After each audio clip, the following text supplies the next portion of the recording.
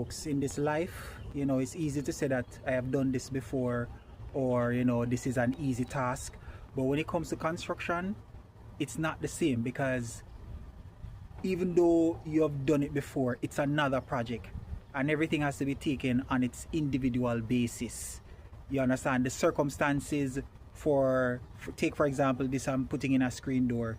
I've put in screen doors before, but this circumstance is so unique, and it would seem as if you don't know what you're doing, but you come through unique obstacles. So I actually use the full height on the screen door here. Actually use the full height, right?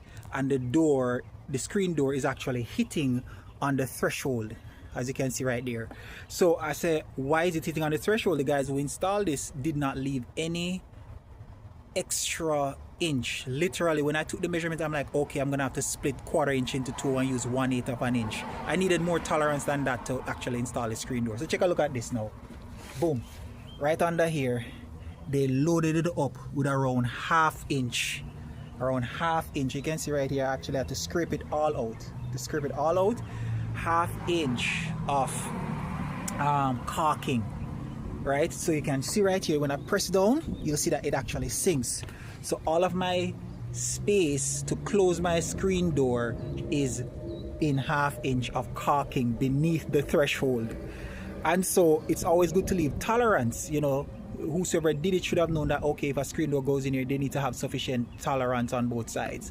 And so here it is now. I have to scrape it out, and now I'll have to screw it down. So let's see how it turns out as we try to, you know, make things better, right? All right, folks, so look what happened now. This is what we have, and take a look here now. Finally, I'm able to cut down the space so that the door can close. Unfortunately, there is a piece of wood under this metal flashing, and so I was able to screw at an angle and bring down both ends of the threshold, and then we get the good results. Take a look at the good results that we get now.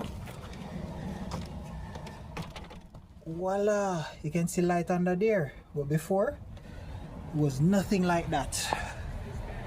So yeah, you can do something before a lot of times, but that don't mean that, you know, all is gonna be the same. So basically, I'm going to get that white and blend in basically with the you know, cover it caulking, so it's not so apparent, you know. But yeah, these are the hiccups you have, and what should be just a little hour and a half becomes a much longer time, you know. All right, until. All right, guys, next day on it.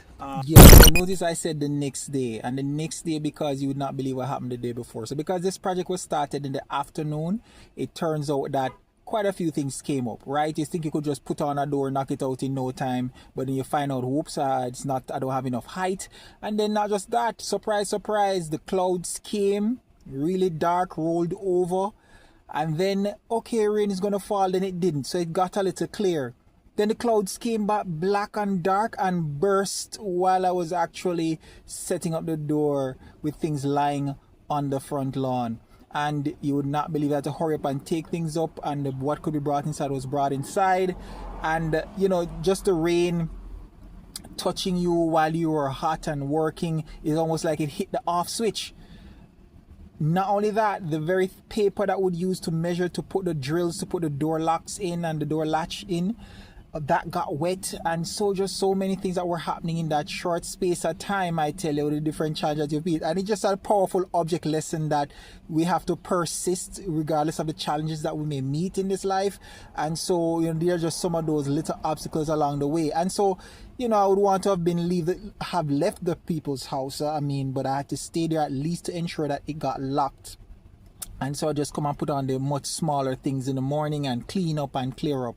And that's pretty much what I had to do. But it just tells us that in this life, we have to just learn to persist regardless of the circumstances which we face. And so, yep. And so it continues. I finally got it done. As you can see, yesterday, it was way messier than this. And so having removed the caulking, the clear caulking, it became really dark and messed up. So today I had to come back and just paint it, make it clean, to actually match the brand new arrangement of a new door, a new storm door. And so as you can see right here, it looks really good. Don't mind that paint, that's not my work. I don't leave work looking like that.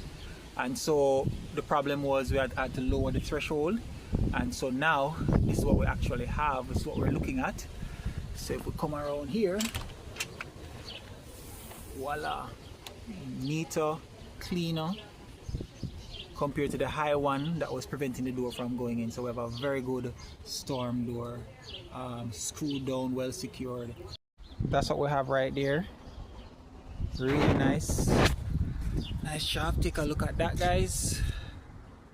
Brought to you by yours truly.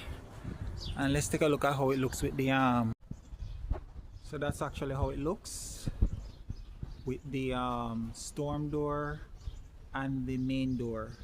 And this one is an Andersen install, so you can actually slide down the top window or the top shutter. It has a shutter at the top. You slide it down and the mesh comes down with it. Very neat, as you can see right here.